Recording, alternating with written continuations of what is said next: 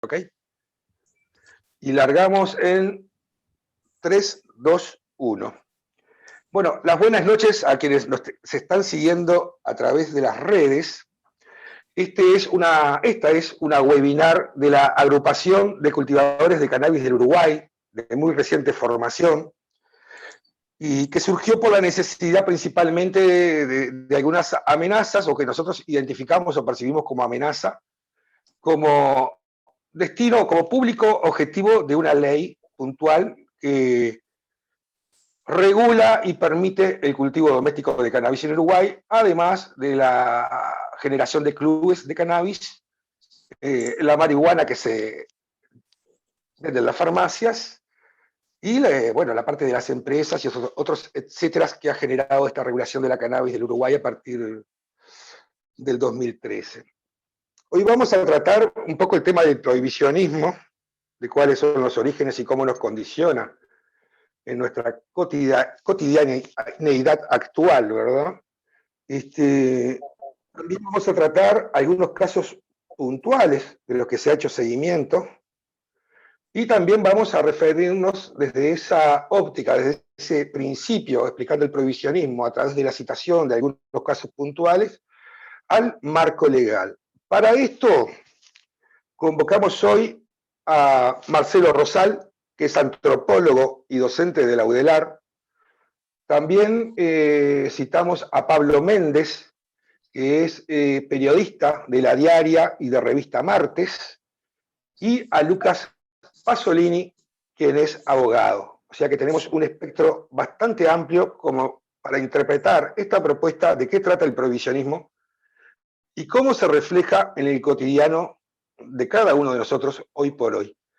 Porque dentro de todo, y más allá de los casos que vamos a hablar, probablemente con mucha reserva por parte de Pablo, en cuanto a datos personales, etcétera, etcétera, la realidad es que cualquiera de nosotros hoy por hoy, en un contexto legal complejo, que ya nos explicará Lucas, que para eso es abogado justamente, hay ciertas condicionantes donde vemos en peligro una actividad que desarrollamos dentro de un marco perfectamente legal, sin embargo, a través de nuevas legislaciones, como puede ser la ley de urgente consideración, y también el nuevo Código Penal y otros etcétera, se ven amenazadas incluso en un desarrollo normal. Estando en perfecta regla podemos vernos envueltos en un problema. Pero sin más dilaciones, vamos con el primero de nuestros invitados, concretamente Marcelo Rosal, que es antropólogo y docente de la UDELAR, a quien le doy la bienvenida. Buenas noches, Marcelo. Bueno, buenas noches, Julio, estimados Lucas, Pablo. Es un gusto la invitación, compartir con ustedes una conversación sobre este asunto. No sé cuánto tiempo tengo, si ya empiezo. Estás muteado. No te escucho. Perdón, me pasa lo mismo siempre. Lo que pasa es que los problemas técnicos me dejaron medio distraído. Ya lo vamos a solucionar. Como te decía, la dinámica es flexible, puede ir desde la formalidad que tú le quieras dar a una conversación espontánea donde sin pisarnos podemos interrumpirnos en preguntas, tanto los otros invitados a ti como ustedes a mí, etcétera, etcétera.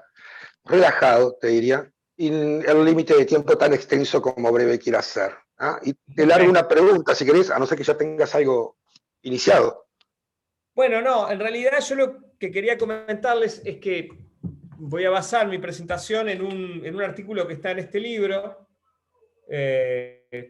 que se llama, bueno, Drogas y su contexto social, y el artículo se llama Los efectos sociales del prohibicionismo en las Américas y las nuevas políticas de drogas. Me baso en este artículo porque desarrollé una investigación en colectivo con colegas de otros países de las Américas y también una colega española, en relación a las diferentes expresiones que ha tenido el prohibicionismo en los distintos países.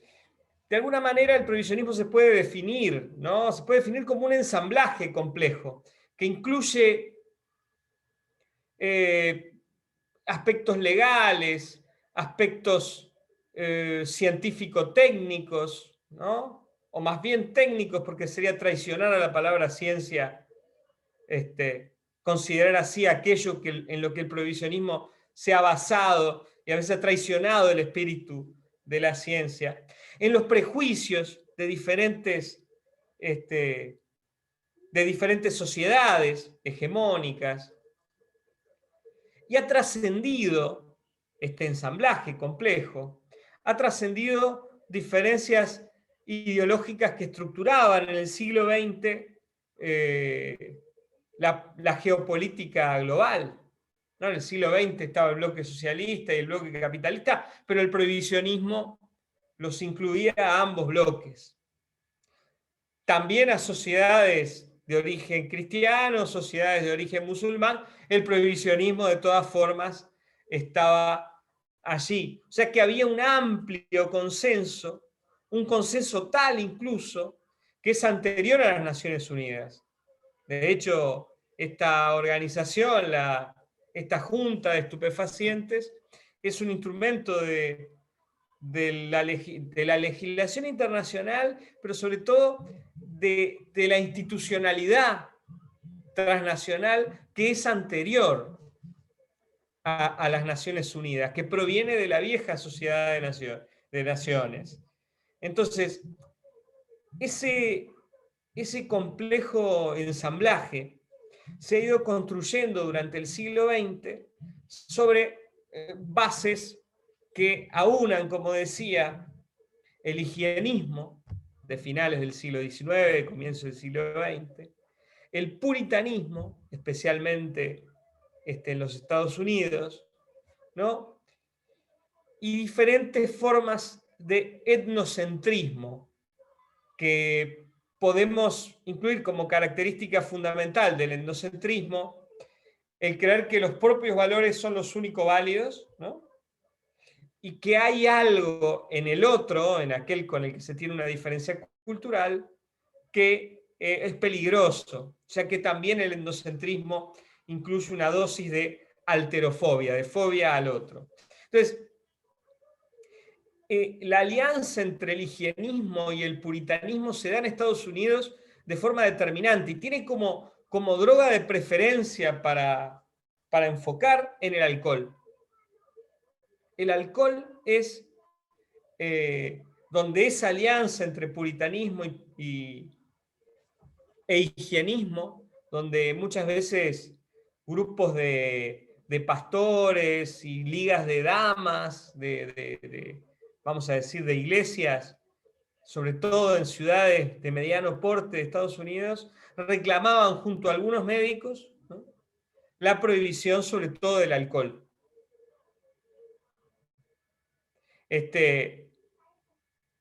Se logra la prohibición del alcohol en determinado momento y bueno, esto produce la catástrofe que conocemos, la catástrofe de la ley seca, ¿no? Esa catástrofe de la ley seca nos deja como legado un montón de películas muy entretenidas, ¿no? Pero las mafias. Las mafias existían, por supuesto, pero un crecimiento exponencial de las mafias.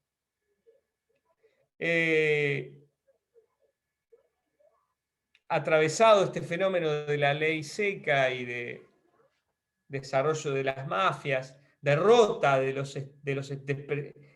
Estados Unidos para controlar mediante el prohibicionismo el alcohol, hay un enfoque, empieza a haber un enfoque en otras sustancias. Y estas otras sustancias precisamente eran aquellas que desde ese etnocentrismo, las sustancias que usaban los otros, que ya eran un poco monstruosos, ¿no? Pero que usando estas sustancias se volvían mucho más. Sobre todo personas afro en relación a la cocaína, mexicanos en relación al cannabis, ¿no? Y esto es después de que cae la ley seca, empieza a difundirse a escala global el prohibicionismo de otras sustancias. Y ahí empiezan, no quiero pisarme con lo que puede expresar Lucas, empieza a desarrollarse legislaciones nacionales e internacionales que van dando esa pata jurídica a este ensamblaje que es el prohibicionismo. La pata, vamos a decir, científico-técnica era muy débil. Como todos sabemos, los riesgos del uso de tabaco eran ocultados, por más que la ciencia mostraba los riesgos de usar masivamente tabaco, estos eran ocultados. Entonces, mientras se ocultaban los riesgos de tabaco, se promovían y se siguen promoviendo formas de investigación que muestran los riesgos del uso de determinadas sustancias. Claro, si uno quiere demostrar que fumar mucho cannabis producirá daños en el sistema orofaringio e incluso en los pulmones, y finalmente lo va a poder demostrar, ¿no? Entonces se va desarrollando todo un aparataje mucho más tecnocrático que científico, que va demostrando, ¿no?, que la prohibición está bien. Primero viene la prohibición en base a prejuicios, puritanismo y algunas recomendaciones médico-higienistas de finales del siglo XIX, y sobre ese criterio de prohibir, por más que fracasa con el alcohol, se lo empieza a ensayar con drogas, con sustancias que usan minorías, que se vuelven peligrosos monstruos y que hay que controlar. Hay un antropólogo, Philippe Bourgois, que muestra que en las calles del barrio de Harlem, en tiempos de la ley seca, se podía encontrar a las víctimas de la prohibición por el consumo de pésimo alcohol en grandes cantidades que hacían. O sea que se podía ver a zombies de alcohol caminando por esas calles. En los años 80, cuando él hace su investigación, estos zombies son zombies del crack. Pero lo que está atrás de la destrucción de esas vidas es el mercado ilegal. Y el mercado ilegal es hijo directo de la prohibición. O sea que el daño en las personas principalmente viene como efecto directo de la prohibición. Claro que se puede atar a la producción de conocimiento mediante el poder de determinadas élites que tienen la capacidad de imponer su legislación, de imponer la represión, de imponer el castigo, de imponer la estigmatización, de manejar la prensa. Un ejemplo de estas, entre comillas, teoría es la famosa puerta de entrada y teoría de la escalada. Bueno, son teorías que carecen por completo de fundamento científico. Sin embargo, tienen todos los visos, todos los aspectos de la cientificidad, ¿sí? Más allá de que Darwin Desbocati siempre se refiere a estas teorías como, bueno, antes de consumir crack o pasta base, tomaron leche materna, ¿sí? Que era otra sustancia. Pero más allá de esa ridiculización, este es un tipo de enfoque de la escalada o la puerta de entrada que cuadra muy bien con el sentido común. El sentido común, que es una forma de pensamiento automático que suele traicionar el buen criterio y la razonabilidad, ¿no? Dice, no, si no hubiera empezado mi hijo fumándose aquellos porros, hoy no estaría tirado en la calle consumiendo pasta base, ¿no? Y uno puede perfectamente analizar que de las personas que fuman pasta base, hay algunas que jamás probaron porro en su vida, pero que la amplísima mayoría de quienes fuman cannabis no tienen ninguna relación, que el pegue es totalmente ajeno, que una sustancia se usa con una finalidad y la otra con otra, ¿no? Pero eso para la mayoría de las personas que nunca han probado estas sustancias, por más que consuman alcohol todos los días, ¿no? Por más que tengan cirrosis, están enfocadas desde un lugar donde este ensamblaje junta artículos de aspecto científico que refrendarían una teoría sin ningún valor en términos epistemológicos, junto con una legislación que prohíbe hacer algo, por lo tanto la ley algún fundamento debe tener, porque por algo está establecido, y la prensa, ¿no? Que produce habitualmente una reproducción de estos criterios dominantes basados en el estigma. Entonces, tenemos en los años 80, en un libro que Nancy Reagan, que era la esposa del presidente de Estados Unidos, se establece como la divulgación de las vidas destrozadas por la droga. Entonces, en el mismo paquete de la droga entra todo aquello que está ilegalizado, estigmatizado y fogoneado permanentemente desde cierta prensa.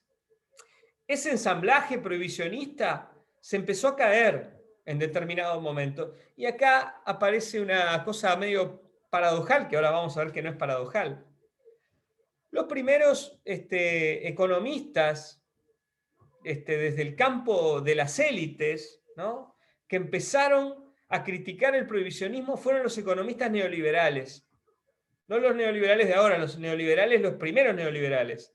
Gary Becker, Milton Friedman, los mismos que proponían el abatimiento del Estado, el sacarle impuesto a los ricos. Dentro de todo ese programa, ellos en términos muy razonables decían: no tiene sentido que el Estado gaste fortunas en reprimir el uso de determinadas sustancias que jamás podremos reprimir de esta manera.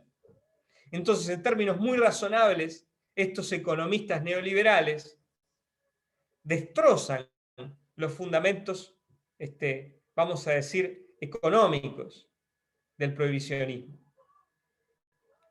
Otro fundamento para destrozar el prohibicionismo es el que tiene que ver con los derechos humanos. Y ese fue el camino elegido por Uruguay. El camino elegido por Uruguay tiene una relación directa con los derechos humanos. En Uruguay tenemos, desde el gobierno de Jorge Valle,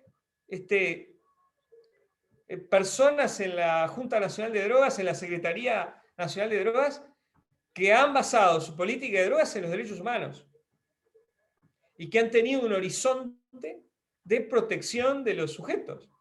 Y claro, ¿cómo uno va a poder argumentar que castigar a las personas que usan una determinada sustancia es el camino para mejorarles la vida? No, nada arruina más la salud que ir preso. Pues así era entendido una de las formas de supuesto cuidado de la salud, ¿no? Entonces, sea por razones económicas o sea por razones de derechos humanos, por razones más que nada económicas, y sobre todo por la idea de sujeto, por la idea de ser humano que hay en Estados Unidos, que está muy vinculada a estos principios liberales y después a los principios neoliberales, ¿no? Ese individuo rey que no se le debe prohibir el desarrollo de sus deseos, ¿no? O sea por la protección de los derechos humanos, como es en el caso uruguayo, por la reducción de los daños para la salud de los individuos. En el caso uruguayo, se va horadando el prohibicionismo, que va quedando en una suerte de ridículo, tanto en términos legales como en términos científicos, como en términos de políticas públicas, ¿no? Y eso es lo que se va viendo en determinados foros internacionales. Había que decir, y fueron estos economistas neoliberales los que lo hicieron, Gary Becker y Milton Friedman, el rey está desnudo. Esto produce daños. Y fueron ellos que lo dijeron, ¿no? Tienen ideas detestables en un montón de puntos, pero en esto demuestran, en términos económicos, que nada es más ridículo que prohibir un mercado e intentar con la fuerza de las armas eliminar un mercado que tiene consumidores. Por otro lado, como las Naciones Unidas, que debe proteger los derechos humanos a escala legal y tiene ese conjunto de preceptos en la Carta Fundacional, va a promover un conjunto de legislaciones que lo que hacen es prodigar violaciones sistemáticas a los derechos humanos. En eso estábamos en el mundo hasta que distintas cosas pasaron. Esas distintas cosas que pasaron creo que tienen relación bastante directa con algunas figuras nefastas de la política internacional que han hecho sus campañas políticas en base al prejuicio, la alterofobia, la descalificación del otro e incluso la eliminación física del otro. Estas tres figuras nefastas son, para mi gusto, Rodrigo Duterte en Filipinas, que es el sujeto que más desembosadamente ha dicho que la solución es matar, ¿no? Bolsonaro en Brasil, la solución es matar. Y en otro nivel de poder, pero también discurso, Putin y Trump. O sea que acá nuevamente el retorno de estas ideas prohibicionistas vuelven por lo peor de la política. Políticas que pasan a lo más descarnado, lo más visceral, la eliminación del diferente. Y bueno, después la pandemia. O sea que estamos en un mundo complejo, lleno de incertidumbres, pero a nivel de reflexión, pero a nivel de pensamiento, por izquierda o por derecha, el prohibicionismo se encuentra en un proceso de horadamiento, de resquebrajamiento. Su solidez está totalmente desbaratada, por lo menos en cuanto a los argumentos, por lo menos en cuanto al pensamiento, y ya sabemos que mayor daño que la guerra contra las drogas ha producido, no hay usos de sustancias que se le puedan comparar a ese atentado, no solo contra el pensamiento, no solo contra los derechos humanos, no solo contra la ciencia, sino especialmente contra cada uno de los usuarios de cualquier sustancia que hay en el mundo, que somos casi todos los seres humanos que hay en el mundo.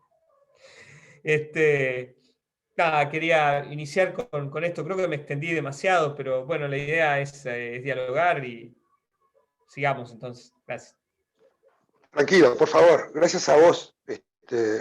Buenísimo tener un académico de tu nivel y con todos los antecedentes publicados que tenés con respecto a bibliografía, estudios, etc.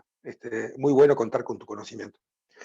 Sí, me dejaste pensando varias cosas antes de pasar a Pablo, que nombrabas, ¿no? Y me contestaste una pregunta que quería hacerte al final, me la contestaste en el transcurso. Si vos percibías, vos decías horadar el prohibicionismo, se afectó mucho el prohibicionismo, evidentemente, toda esta regulación en Uruguay, y así como hay una perforación, que es el término más habitual que usamos en este sentido, en este caso del prohibicionismo a través de la ley 19.172, si a su vez hay una reacción del pensamiento prohibicionista, volviendo a apretar toda la cuestión legal y a los usuarios y a los cultivadores en este caso, y hay un ejercicio evidente de lo que podemos llamar necropolíticas, ¿no? ejemplares que vos mismo nombraste, ¿no? Un pronunciamiento de eso y una reacción muy fuerte hacia todo lo que sea libertades y agenda de derechos.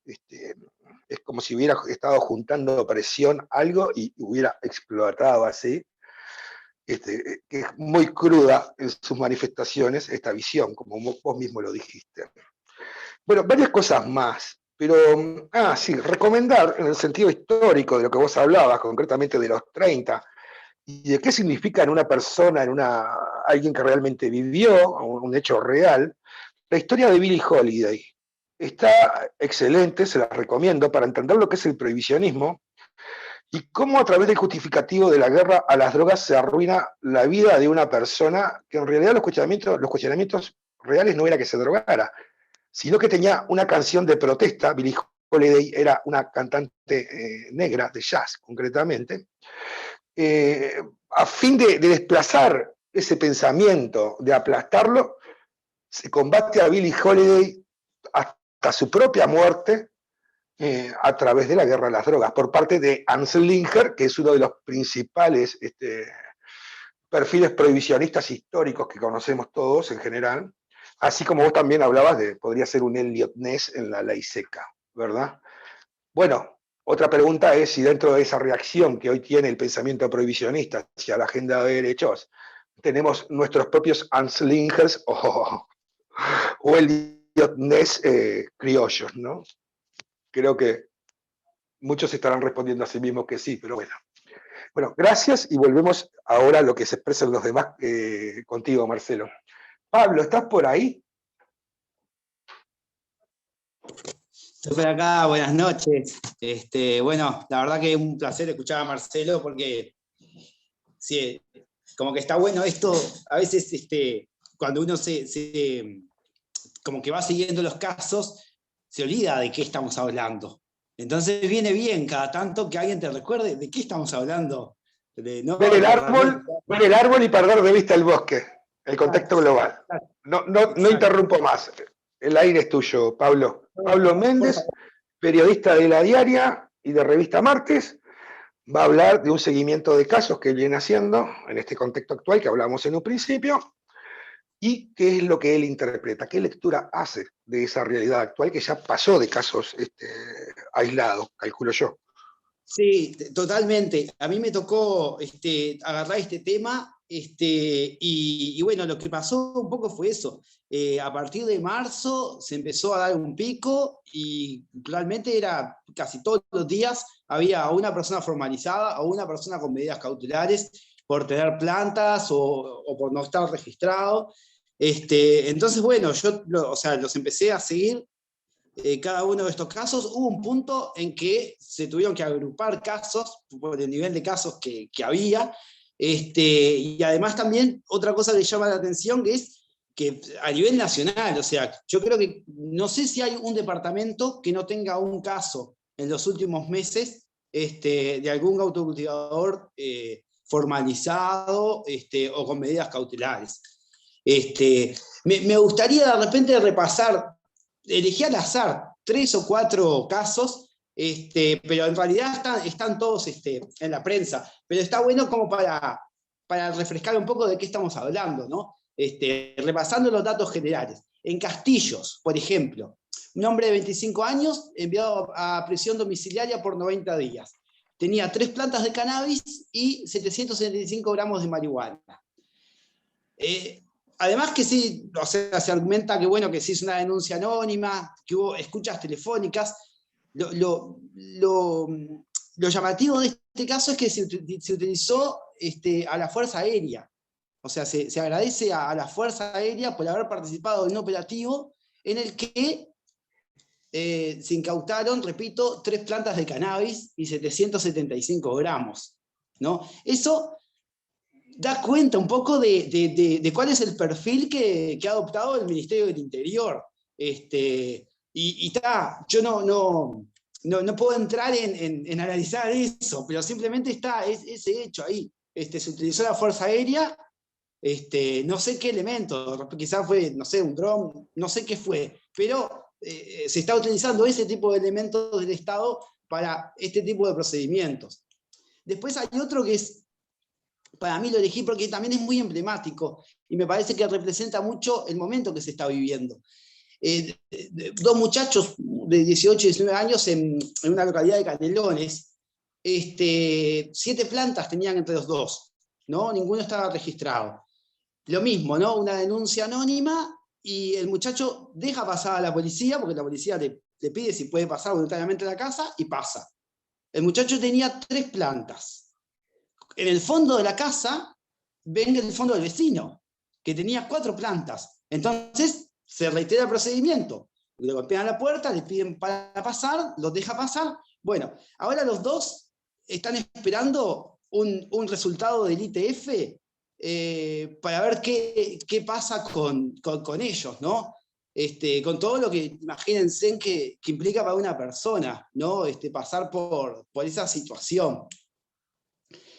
Después, bueno, en Fraiventos, una persona, 10 plantas, 3 kilos pesados en seco, porque eso es algo que bueno, ustedes lo sabrán mejor que yo, pero que se está pesando en seco, entonces los niveles de peso no tienen nada que ver con lo que debería ser. Y bueno, ahí se dispuso 60 días de arresto domiciliario nocturno. En Río Branco, también hubo una serie de procedimientos, creo que fueron como 4 allanamientos en ese caso, pero bueno, yo destaqué un caso, ¿no? de también un muchacho que se dispuso 6 meses de prisión efectiva y 6 meses de libertad a prueba, porque tenía plantas dentro de lo que está estipulado por la ley, pero no había cambiado el domicilio. O sea, el domicilio en el que estaban no era el que estaba registrado. Entonces, bueno, más allá bueno, de la conmoción, ¿no? que implica esto, creo que hay que como que lograr trascender eso y analizar, bueno, cuál es la situación, ¿no? Cuáles son los elementos que se repiten. Denuncias anónimas es algo que se da. En algunos casos, como que hay, los imputados como que piensan, como que se hacen una idea de quién lo denunció, pero en otros no. Entonces eso de la denuncia anónima, estaría bueno poder indagar más de cómo es que se llega a esa denuncia, más que hay autocultivadores que han visto, que han denunciado drones sobrevolando sus cultivos. Entonces ahí es como que eso como que genera una sombra, digamos, o una duda por lo menos sobre esa denuncia anónima. Después, bueno, se opera con investigaciones con escuchas telefónicas, y después está el tema del allanamiento voluntario, o sea, el allanamiento sin orden, que también es un punto como muy relevante, ¿no? Porque se ha tomado, no sé si la costumbre o cómo llamarlo, de que la policía golpea la puerta y dice, puedo pasar, me permite pasar, y bueno, y ahí el procedimiento se habilita a partir de que la persona deja pasar voluntariamente, es una decisión personal de cada uno, pero me parece que está bueno que se sepa que la persona tiene derecho a no dejar pasar al policía sin ninguna orden de allanamiento. Y después quizás como la pauta común y tal vez la más como problemática, ¿no? para la suerte de las personas, es el tema de que se usa el decreto ley de estupefacientes, el 14.294, ¿no? Lo que colida de lleno con la interpretación de la ley de ahora, la 19.172. Yo leía, muy interesante, muy recomendable, si alguien no lo leyó, el análisis que hace el Grupo de Estudios de Política Criminal del Uruguay, ¿no? donde marca que, bueno, que la interpretación, o sea, que utilizar el decreto ley es una interpretación con la que no coinciden, y que las cantidades estipuladas en la ley de regulación son cantidades para dar un marco, para dar una referencia, perdón, para que la justicia interprete si se trata de tenencia para consumo o no.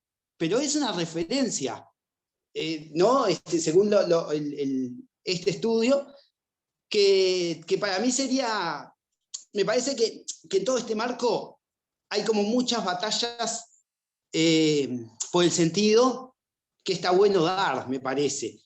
La primera sería, bueno, avisar, porque a veces los periodistas creemos que todo el mundo lee las noticias y no es así. Entonces, me parece que sería muy bueno lograr, bueno, difundir, avisar a la gente que la política cambió, que la situación ahora es otra y que bueno, que se pueden estar inconscientemente o sin saberlo asumiendo riesgos que te cambian la vida, ¿no? Porque si te quedás con antecedentes penales, o sea, tu vida cambió, ¿no? Directamente. Entonces, eso me parece que es algo muy, muy necesario y hay muchas veces los medios en eso no, como que no llegamos, no tenemos la suficiente penetración a algunos sectores de la sociedad o a algunas personas. Después, otra cosa sí que me parece que es interesante, que yo pude notar en mi trabajo, que hay diversas sensibilidades de los operadores judiciales respecto de este tema. Si bien de repente no se refleja tanto en las sentencias o en las decisiones, las sensibilidades son distintas, porque uno lo nota al conversar con ellos. Entonces yo creo que esta interpretación que plantea, o lo que plantea el Grupo de Estudios en Política Criminal del Uruguay, con una difusión fuerte, puede tener alguna repercusión en las decisiones de los operadores judiciales.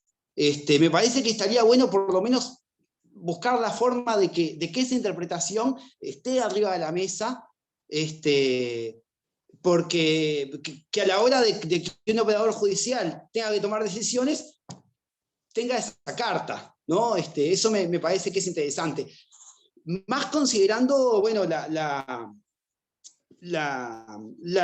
dirección que le ha dado Radio a la Junta, ¿no? Hace, creo que fue un par de días que, no me acuerdo ahora, fue esta semana que fue a la Comisión Especial de Adicciones, y bueno, que reiteró, bueno, la ratificación del rumbo en cuanto a una estrategia contra el prohibicionismo, y bueno, y ampliar la ley, ¿no? O sea, con el objetivo de, bueno, de sacar a las personas del mercado ilegal.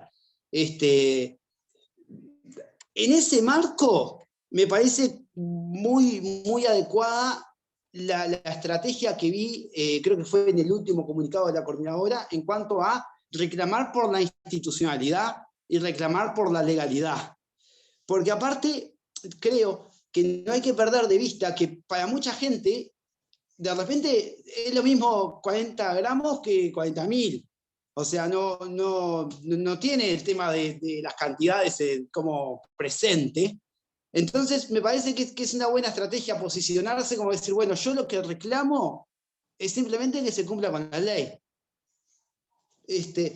Y bueno, y finalmente también, una cosita aparte que me quedó pendiente es el tema del Consejo Honorario de las Instrucciones Generales, que es un órgano como muy desconocido, pero que ahora tuvo una nueva formación, creo que fue a partir de la ley de presupuesto, en la que el Poder Ejecutivo tiene mucha incidencia.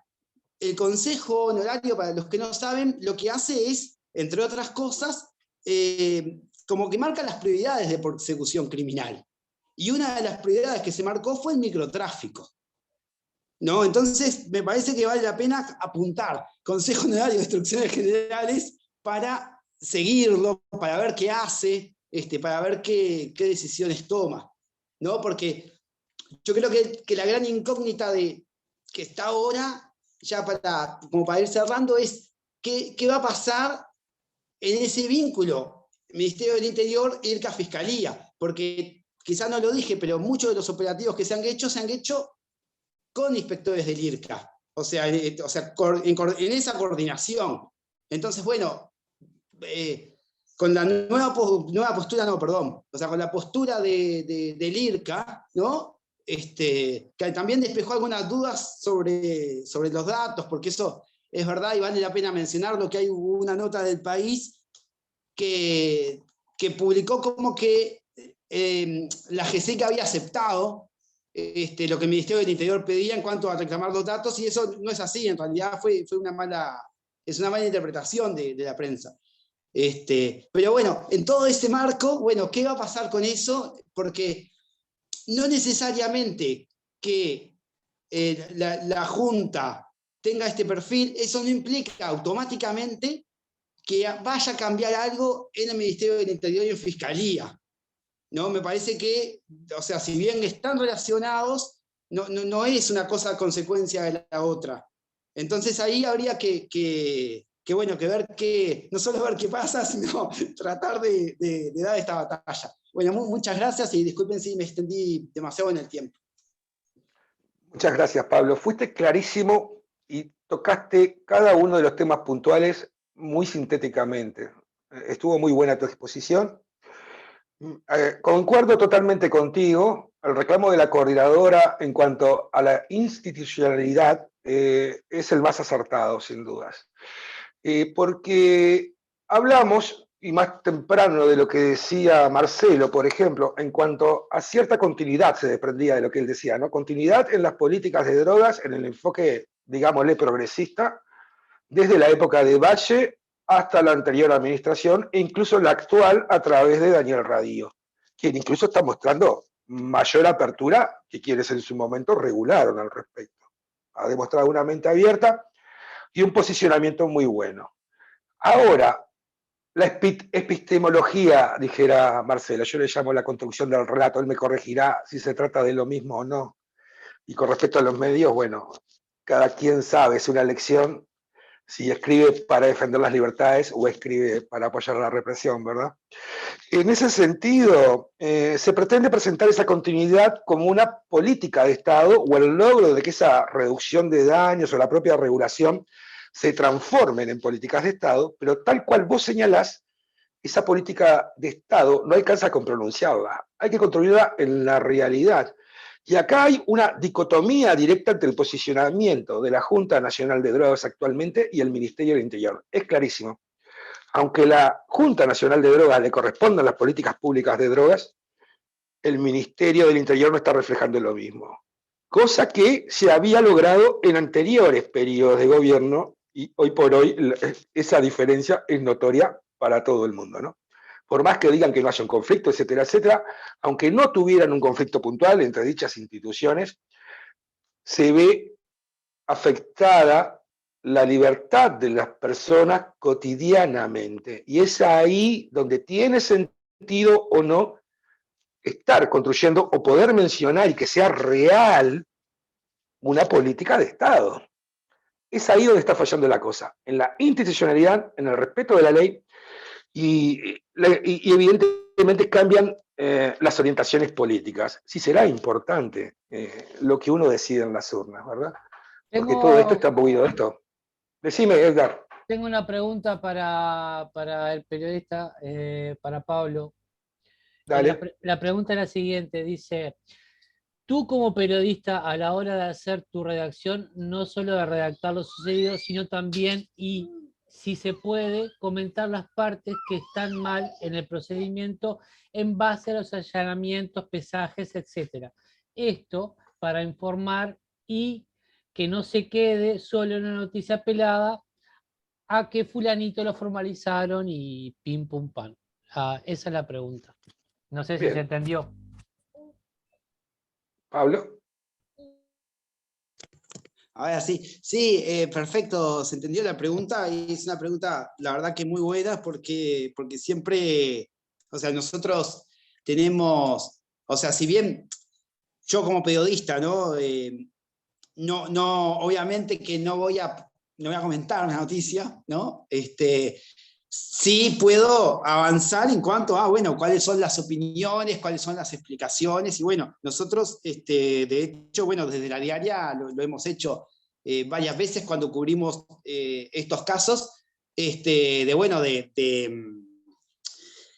marcar, bueno, por qué es que, por ejemplo, no sé, se me ocurre el tema del pesado en seco, ¿no? Bueno, ¿por qué es? ¿No? Y ahí lo que hacemos es, apelamos de repente al abogado de la persona imputada para que explique, o alguno de los referentes en la materia para que den ese tipo de explicaciones. Sí me parece que es muy relevante la pregunta en cuanto a que el mero hecho jurídico, por decirlo de alguna manera, quita, incluso puede aislar la información de su contexto. Por eso sí, es una preocupación, yo diría que permanente y cotidiana del trabajo de cualquier periodista, estar atento a eso. Excelente respuesta. Sí, antes de pasar a Lucas Pasolini, abogado, señalar dos cosas puntuales que se desprenden de lo que vos decís. Las instrucciones generales son importantísimas porque es lo que fija Fiscalía General de cómo trabajar a nivel de investigaciones los fiscales con la policía, donde se supone que el fiscal es quien orienta la investigación. Hubo en su momento, hace 3 años, 4, una segunda instrucción de Fiscalía en su momento, muy bien expresada y debidamente redactada y con un contenido extenso para que se entendiera claramente, la posición de que un cultivo así no estuviera registrado o no, no constituía un delito en sí, el no estar registrado, ni constituía un delito el excedente de las cosechas, salvo que hubiera una interpretación desde la 14.294 que implicara semiplena prueba de un delito, como el tráfico o la venta. ¿Ah? Eso se bajó sin mayor aviso, habrá durado 6 meses publicado en la página, esa segunda instrucción de Fiscalía, y uno va de un tiempo a esta parte y dice claramente descontinuada y no hay acceso al documento. Hoy por hoy vos expresabas la actual instrucción de Fiscalía, donde se prioriza el combate al microtráfico, y es un párrafo. O sea, nada que ver, algo que exige muchísimo más especificidad, ¿ah? No la tiene. Eso da a muchísimas interpretaciones y no nos da garantías ningunas. Y más allá del documento puntual, ya nos hablará Lucas de eso, pero aparentemente también se ha hecho un peso dentro de esa definición de microtráfico, de la cuestión de la cannabis, transformando lo que puede ser, aceptemos que hay un marco legal, como muchos delitos menores, terminan en condenas de 2 o 3 años, ¿verdad? Arruinándole la vida a mucha gente, como vos dijiste. Gracias, Pablo. Bueno, vamos arriba. Vamos a Lucas Pasolini, abogado. Él ha intervenido en más de un caso de estos que estamos hablando. Y bueno, a ver qué información, qué interpretación tiene Lucas de lo que está sucediendo actualmente a nivel jurídico. Lucas, buenas noches. Buenas noches. Adelante. Voy a continuar con el punto que precisamente estaba expresando Julio en cuanto a las cantidades. Bien, la ley 14.294, es decir, la legislación uruguaya, no, en nuestro modelo, ¿verdad? No se expresa una cantidad tasada, es decir, el límite que establece nuestra norma en el artículo 3, en la 14.294, que establece, por ejemplo, para autocultivo, 6 plantas y 480 gramos, no es una cantidad tasada, en el sentido de que una persona puede tener una cantidad superior a los 480 gramos y no estar constituyendo o no estar configurando el delito de tenencia para no consumo. O una persona puede tener una cantidad inferior a 480 gramos, supongamos 300 gramos, y estar configurando el delito. Es por ello que nuestra ley lo que establece son destinos lícitos. Es decir, un cultivador en un proceso puede tener 600, 700 gramos y se puede proceder a un allanamiento y eso haber sido remitido a Fiscalía, y si se logra probar que esos 700 gramos era para consumo familiar o para consumo de los miembros del domicilio que también están habilitados a consumir por la ley 14.294, no se estaría configurando el delito. Por otra parte, a pesar de tener la habilitación del IRCA, si uno tiene una cantidad, por ejemplo, de 300 gramos y se está comercializando y Fiscalía tiene pruebas de que se está comercializando, no importa que la cantidad sea inferior a 480 gramos, se va a entender que se está configurando un delito y efectivamente, en caso de comercialización, se configuraría un delito de tenencia para no consumo. Bien, entonces, ¿qué es este límite? Este límite de 480 gramos es una presunción. Es decir, en caso de que se proceda a un allanamiento y esto se remita a Fiscalía y la cantidad sea inferior a 480 gramos y tengamos 6 plantas, lo que se va a presumir que esas cantidades son para tenencia para consumo. En el último tiempo, particularmente, actualmente estoy trabajando en un caso de que los cultivadores de cannabis se encuentran ante una inseguridad, un problema de inseguridad jurídica. Y esto es producto de que el Ministerio del Interior está queriendo ocupar el rol que la ley 19.172 le asigna al IRCA, que es el de efectuar el contralor. ¿Por qué se suscita este inconveniente? Porque el Ministerio del Interior, cuando procede a hacer los allanamientos, no tiene personal idóneo, o así me ha pasado en varios casos, que no tiene personal idóneo para determinar en qué estado se encuentra la sustancia. ¿Por qué?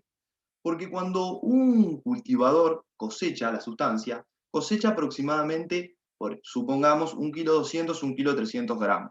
¿Por qué? Porque la sustancia, para estar apta para el consumo, tiene que pasar por un proceso de secado.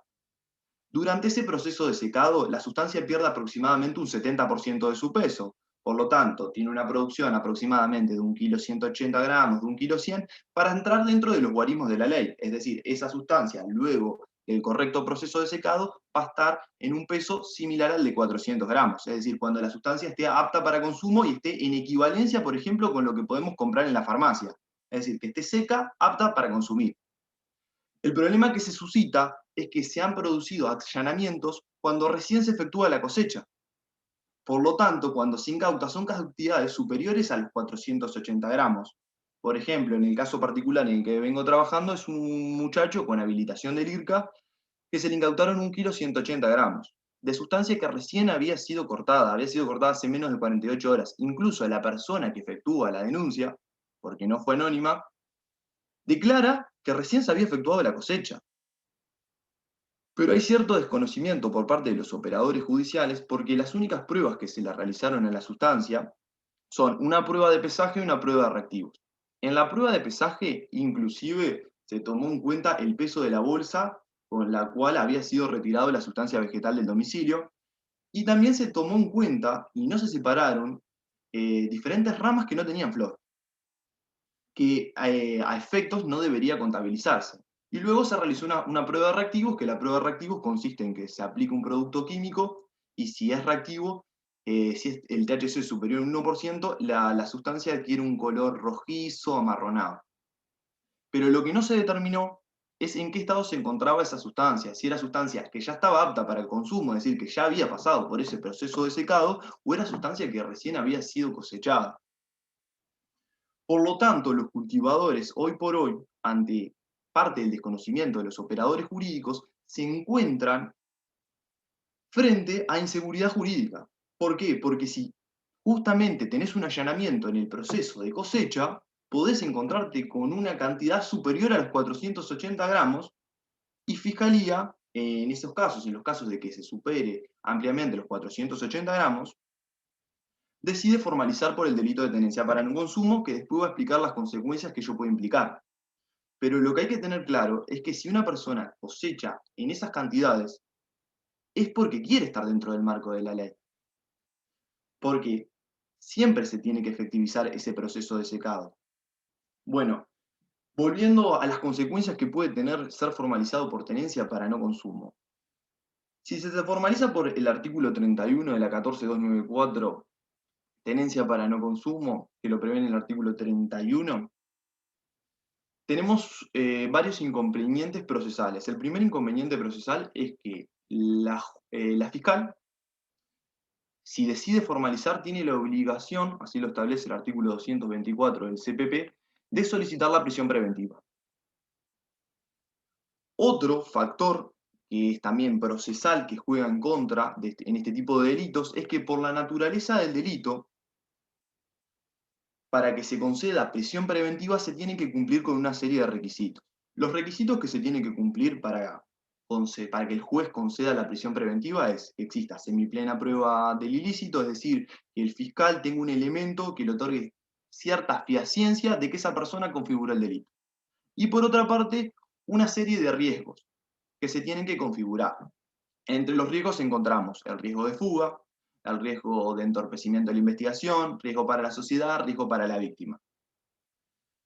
Todos estos delitos todos estos riesgos, por la naturaleza del delito, lo establece así el artículo 224, se presumen. Por lo tanto, la defensa, en este tipo de delitos, tiene que probar la inexistencia de esos riesgos. Es decir, en vez de tener la carga el fiscal de probar la existencia de los mismos, es el abogado el que tiene la carga de probar que esos riesgos no existen. Por lo tanto, el abogado de la defensa empieza perdiendo el partido 1-2-0. Antes de la modificación de la LUC que le hizo al Código del Proceso Penal, para que se presumieran estos riesgos para estos delitos, se exigía la calidad de reiterante o reincidente. Pero hoy por hoy, basta que la Fiscalía solicite la formalización por este tipo de delitos, sin importar que seas primario, que no hayas cometido ningún delito, que exclusivamente se te formalice por tenencia para no consumo, estos riesgos se te van a presumir. Por lo tanto, son altas las probabilidades de que durante el proceso te encuentres privado de libertad cumpliendo prisión preventiva. Particularmente a este muchacho que se le incautó 1,180 gramos de sustancia vegetal fresca, la jueza hizo lugar a la prisión preventiva y fue trasladado a Santiago Vázquez. Luego pudimos modificar la prisión preventiva por otra medida cautelar, que es prisión domiciliaria. Pero igual esta persona no deja de estar privada de su libertad. Para que entendamos un poco las consecuencias de no solucionar estos riesgos o esta incertidumbre en la cual están sometidos actualmente los cultivadores. Otro factor que incrementa esta incertidumbre es, como bien ustedes lo estuvieron explicando previamente, son las instrucciones generales a la Fiscalía, porque los fiscales hoy están priorizando todos los delitos que son vinculados al microtráfico. Y ustedes correctamente lo expresaron, así que no me voy a detener sobre ese punto. Otro factor que genera inseguridad jurídica es las políticas que actualmente está utilizando, está desarrollando el Ministerio del Interior. Porque el Ministerio del Interior, ya lo ha manifestado públicamente, quiere efectivizar un control que la ley 19.172 se lo asignó al IRCA. A su vez, creo que ya se lo estuvieron manifestando ustedes, ha solicitado a la GESIC acceso a la información de dónde o en qué domicilios se encuentran cultivadores de cannabis. Lo que hay que entender es que cuando la persona, el cultivador, se inscribe en el IRCA, está amparado en la ley 19.172, que establece que esos datos son sensibles. Por lo tanto, esos datos sensibles, la única posibilidad de que tenga acceso el Ministerio del Interior a los mismos es mediante una orden judicial. ¿Por qué? Porque esos datos sensibles están amparados en el marco normativo de la ley 18.331, que es la que regula la protección de los datos personales. La ley, esta misma ley, este mismo marco normativo, establece que cuando una persona brinda sus datos con una finalidad, esa finalidad no puede ser posteriormente modificada. Por ejemplo, cuando el cultivador le brindó los datos al IRCA, lo brindó a efectos de que el IRCA efectivizara un control administrativo y a efectos de que el IRCA también efectivizara un control fitosanitario. Por lo tanto, el Ministerio del Interior le quiere otorgar otra finalidad. Por lo tanto, el organismo que facilite esta información sin consentimiento del titular, de la persona de la cual está brindando la información, o sin una orden judicial, estaría incurriendo perfectamente en un delito de violación del secreto profesional. Bien, otra modificación que para mí hizo la ley de urgente consideración, que es perjudicial en parte para las personas que pueden ser formalizadas por tenencia para no consumo, es que creó un instituto que se llama Libertad Prueba. El Instituto de Libertad Prueba es una medida alternativa a la prisión efectiva, a una pena de prisión efectiva. Para ingresar dentro de este instituto se tiene que cumplir con una serie de requisitos. El problema que tenemos es que en el caso de que se entienda que se configuró el delito de tenencia para no consumo, como es un delito que se encuentra entre los artículos 30 y 36, precisamente en el artículo 31 de la 14294, la persona que va a recibir esa pena no se puede amparar dentro de ese instituto. Por lo tanto, tenemos un inconveniente bastante importante. No sé si tienen alguna duda particular sobre algún tema que hablé, que no tengo ningún inconveniente en profundizar en algún tema que ustedes crean que es necesario. Ha sido clarísimo, ha sido clarísimo. No sé si hay preguntas de la gente en los comentarios, Edgar, dale para adelante. Y si no, No, bueno, no hay bien, preguntas, excelente. pero yo sí tengo una pregunta. Bien. Sí, Eh, cuando te allanan y te entran y te pesan, o sea, eh, no hay nadie que pueda, o sea, vos no podés recusar la prueba del pesaje ese, ¿hay alguna forma? bien. Esa prueba de pesaje la realiza Fiscalía para tener prueba para luego solicitar la formalización ante el juez. Luego, esa sustancia, luego de la formalización, si el juez da lugar a la misma, esa sustancia es remitida al Instituto Técnico Forense. En el Instituto Técnico Forense tienen personal idóneo para determinar en el estado que se encuentra esta sustancia, pero supongamos que son altas las probabilidades de que pueda llegar a tener, a pasar el proceso con prisión preventiva. El ITF, estoy esperando una respuesta del ITF hace más de 150 días. Es decir, hay una persona que hace más de 150 días no tiene una respuesta por parte de la justicia y el fiscal no puede acusar porque no tiene el resultado del ITF y se encuentra en prisión domiciliaria. Es decir, se encuentra imposibilitado de trabajar, se encuentra dentro de su domicilio, previamente estuvo aproximadamente 20 días en Santiago Vázquez viviendo condiciones inhumanas porque el estado del sistema penitenciario en Uruguay sinceramente es deplorable. Una persona sin ningún tipo de antecedente primario registrado en el IRCA. Y estamos esperando el resultado del ITF. Estos 150 días, sinceramente, para esta persona fueron un calvario porque no le permiten trabajar, porque esta persona se encuentra endeudado y no va a haber resarcimiento económico en caso de tener un resultado favorable que pueda reparar el daño que esta persona padeció. Sinceramente, no existe ningún tipo de resarcimiento. Es La, por pre- eso que... la pregunta, ¿sabes por qué venía? Venía por este punto de vista. Eh, Cuando te venden marihuana en las farmacias, te dice que tiene un 7% de THC. Es así. Cuando vos pesás hojas, flores, tallos y bolsas de nylon, el porcentaje de THC es evidentemente que tiene que ser ínfimo, porque si yo que planto y sé lo que es, de una planta que pesa, ponele 4 kilos contando tallo, hojas, me queda menos de medio kilo, 200 gramos, 300 gramos, 100 gramos.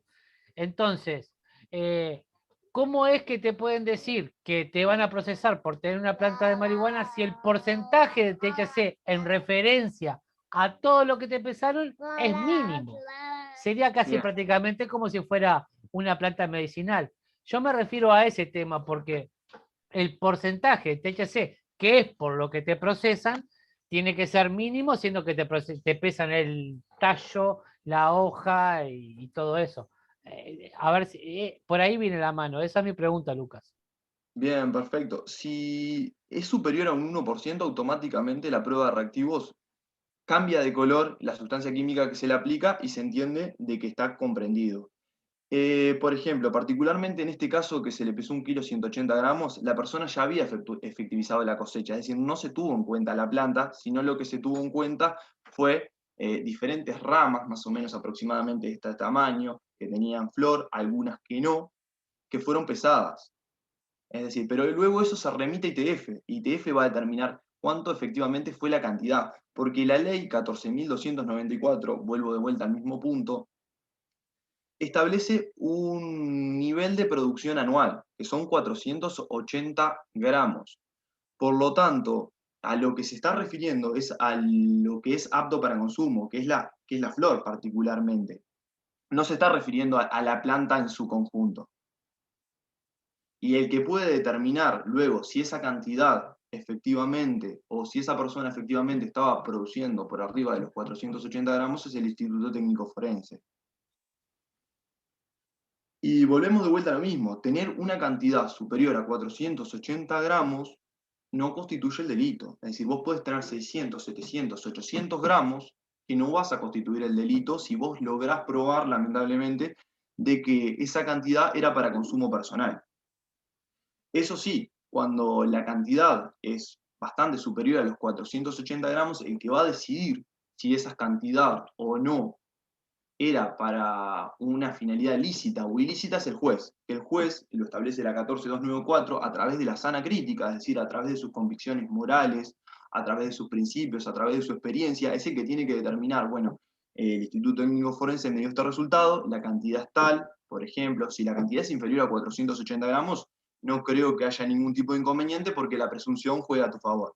Si la cantidad es superior, se van a tener en cuenta otras pruebas, otros indicios, pero si es sumamente superior, en ese caso es el juez que a través de la sana crítica va a tener que determinar, bueno, esta sustancia, esta cantidad de sustancia, ¿puede ser para consumo personal o no puede ser?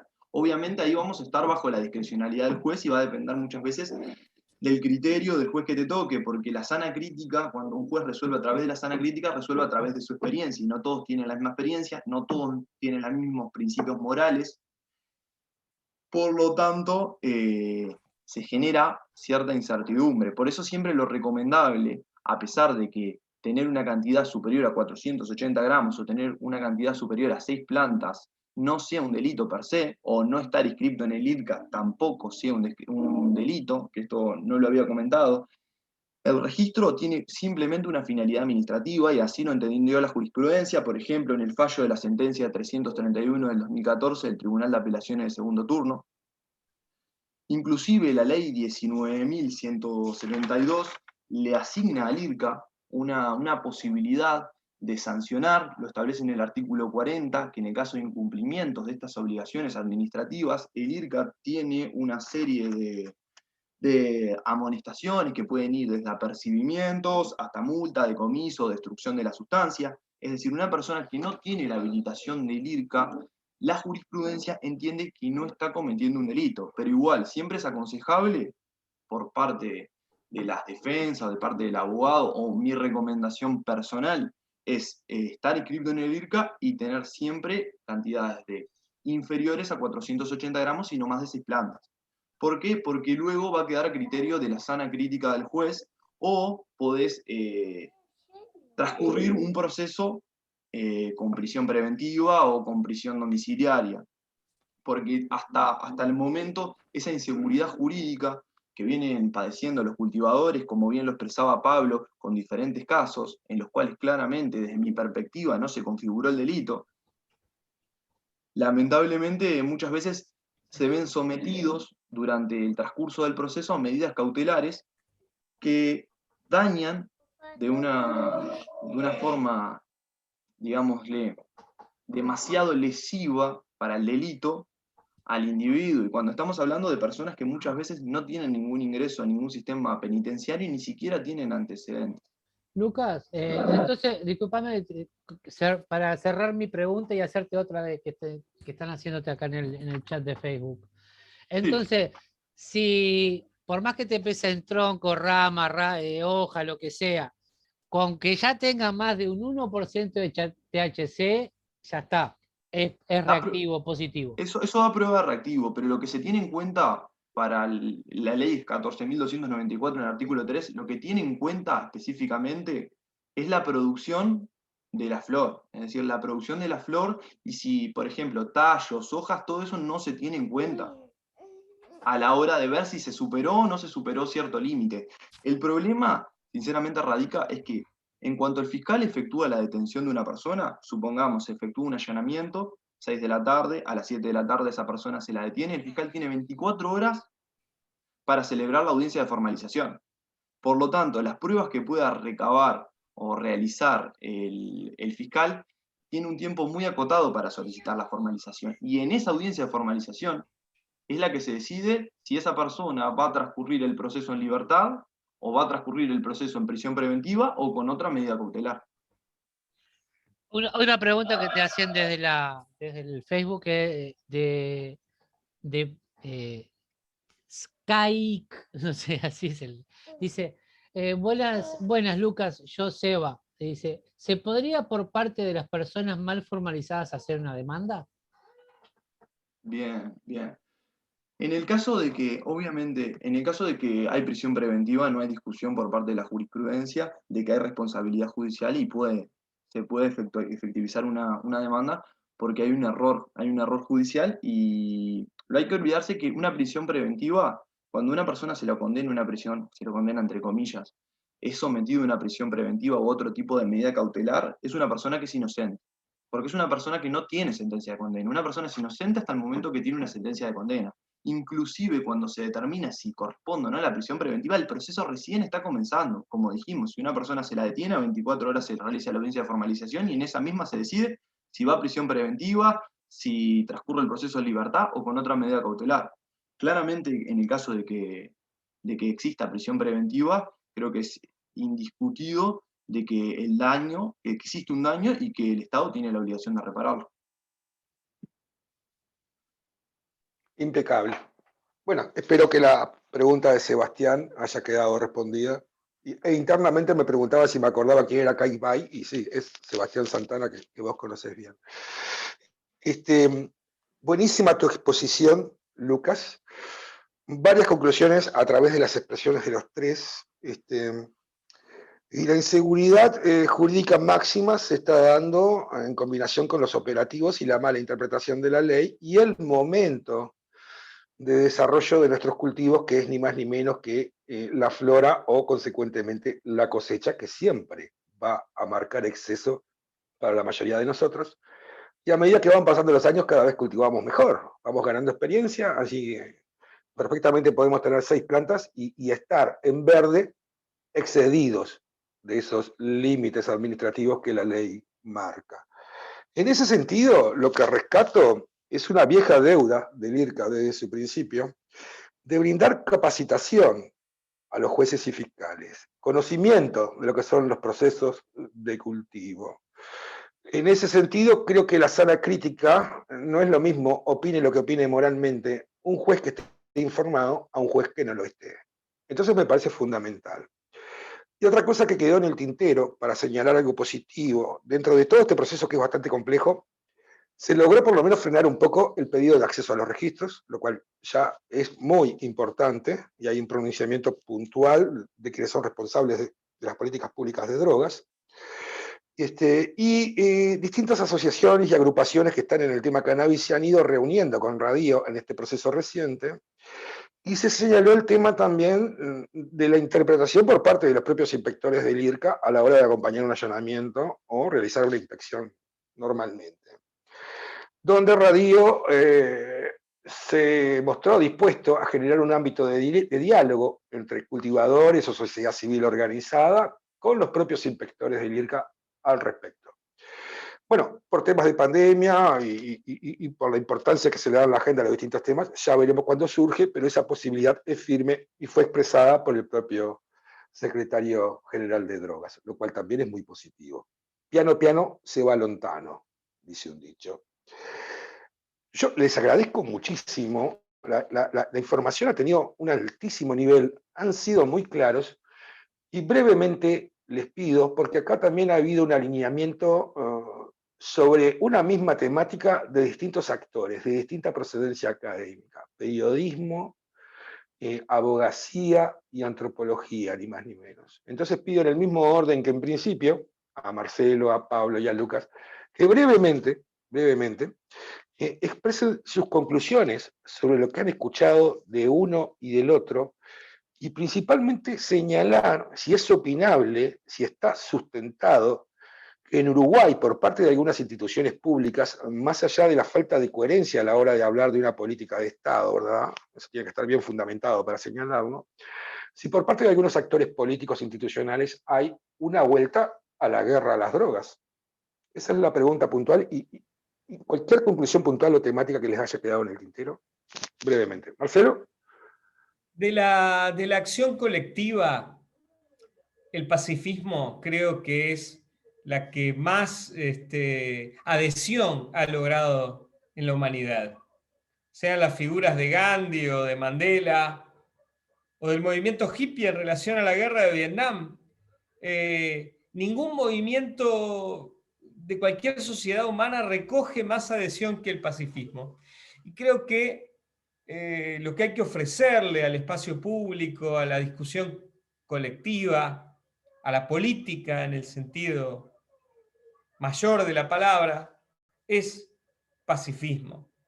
Un no muy grande a la guerra contra las drogas, a los discursos bélicos llevados adelante en ese sentido de destruir vidas, porque las guerras destruyen vidas, y nada más pro vida que la defensa de la paz. Entonces, creo que hay una experiencia que tienen los movimientos que han sido soportes de una ley, que no olvidemos que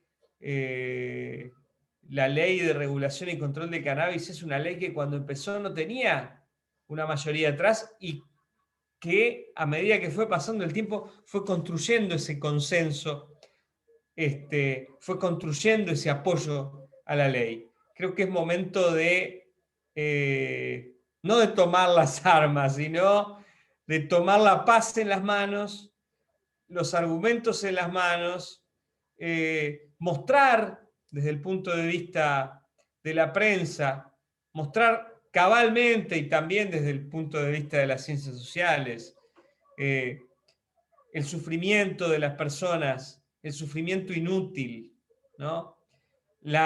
Finalmente, la maldad en el sentido más banal de la palabra, la maldad en el sentido de Hannah Arendt, ¿no? Esa maldad banal del proceso sin alma que daña a personas, como bien decía Lucas, no es un castigo, es una medida cautelar. ¿Por qué hacer daño? ¿Por qué anticipar un castigo? ¿Por qué dañar vidas si lo que queremos es proteger la salud? O sea que basarnos en los viejos movimientos pacifistas y expresarnos con toda nuestra fuerza a favor del cumplimiento de la ley por un lado y de la protección de las personas por otro, que es el sentido además de esta ley.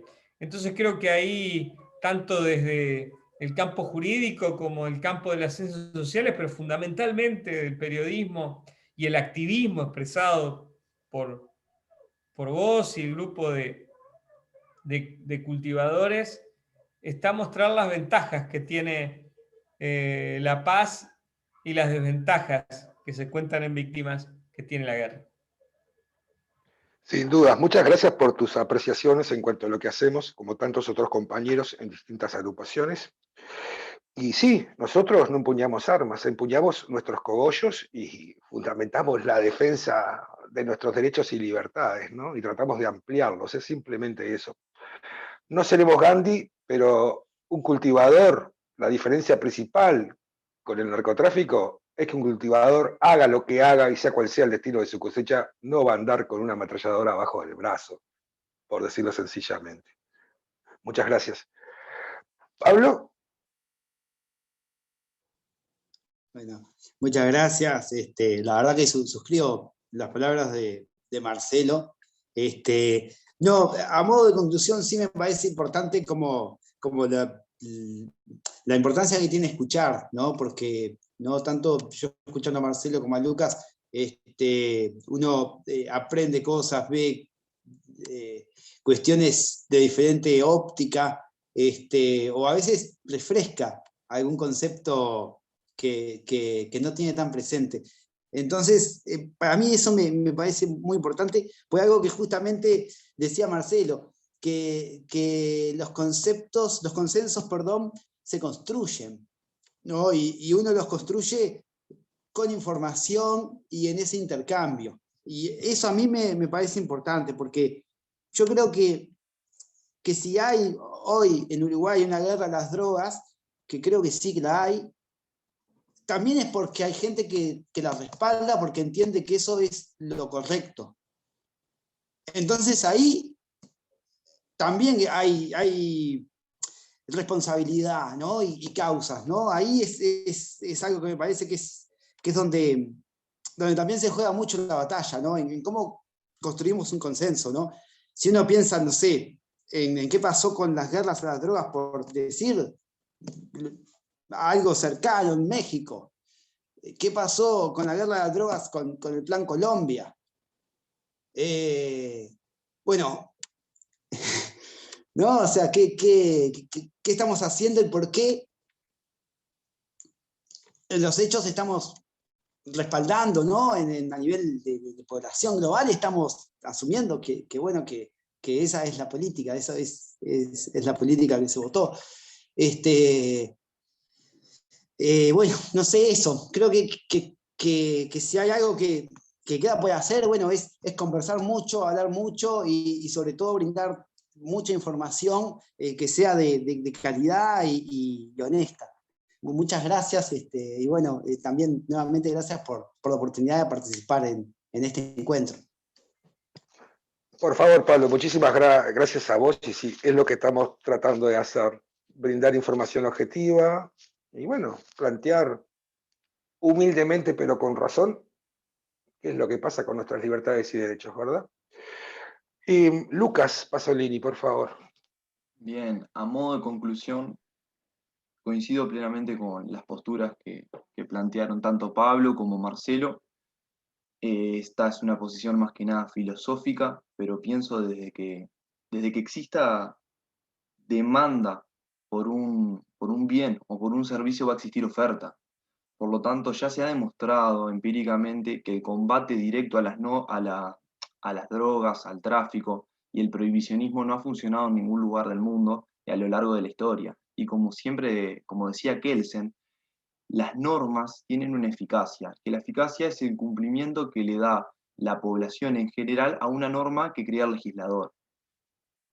La sociedad desde tiempos remotos ha consumido diferentes sustancias y no es una conducta particular de una sociedad el consumo de las sustancias. Por lo tanto, prohibir una conducta que usualmente es y va a seguir siendo utilizada por los diferentes individuos de una sociedad no tiene sentido. Y el combate directo a las drogas lo único que genera es un daño, una lesión mucho mayor de la que intenta solucionar. Porque se ha dado el combate a diferentes drogas, por ejemplo, en Europa, que han logrado una disminución del ingreso de una determinada droga, por ejemplo, cocaína, como también se ha logrado acá. Y lo único que logra la dificultad del ingreso de la misma es que el precio de la misma suba porque aumenta el riesgo, porque disminuye la cantidad, pero esas drogas luego son sustituidas por la población por otro tipo de drogas que son mucho peores, como pasó, por ejemplo, acá con la pasta base. Mientras existan personas que busquen esa satisfacción en esas sustancias, el legislador, lamentablemente, con la ley no es un mago que puede modificar la realidad. Es decir, no va a solucionar este problema en el caso de que lo crea así. Es por eso que creo que hoy por hoy el prohibicionismo y el combate que se está intentando dar por parte del Ministerio del Interior a las drogas no va a ser efectivo porque no soluciona el problema que ellos creen que existe. Eso más que nada a modo de conclusión y agradezco más que nada por el espacio. Muchísimas gracias.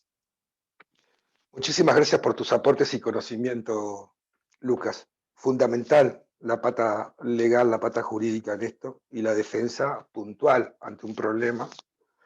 Y es algo tan sencillo como mi cuerpo, mis fronteras, mis libertades. En la medida que no afecte a terceros, no debería tener mayores problemas con ninguna institución, ni policial, ni judicial, ni a quien le corresponda aplicar la ley, ¿verdad? No a la guerra a las drogas. Les agradezco muchísimo la recomendación puntual, aparte de la agrupación pasó una moto, como se darán cuenta, la recomendación puntual de la agrupación de cultivadores de cannabis del Uruguay, de registrarse más allá de filosofías, porque es la forma de empezar a parar toda esta beligerancia que se está teniendo sobre el cultivo de marihuana y sus usuarios. La guerra a las drogas es en la realidad puntual una guerra a las personas. ¿Ah? Vemos afectadas nuestras micropolíticas, creamos o no en la política. Y bueno, les avisamos también, les recomendamos que toda la información que llegue a nosotros, documental, científica o en cuanto a noticias, pueden remitirse a nuestra nueva página web oficial de la ACA, que es www.aca.org.uy. Ahí estará, y en nuestro canal de YouTube, este material que hoy generamos entre todos. Les agradezco muchísimo, chicos. La verdad, de corazón, muy feliz de esta actividad y esperemos que haya sido útil. Necesaria es. Esperemos que sea útil. Muchas gracias a todos. Cambio y fuera, Edgar. Muchas gracias. Vamos arriba. Arriba los que siembran. Vamos. Bueno, damos finalización a esta transmisión de la Asociación de Cultivadores del Uruguay. Muchas gracias a todos por estar presentes y hasta la próxima.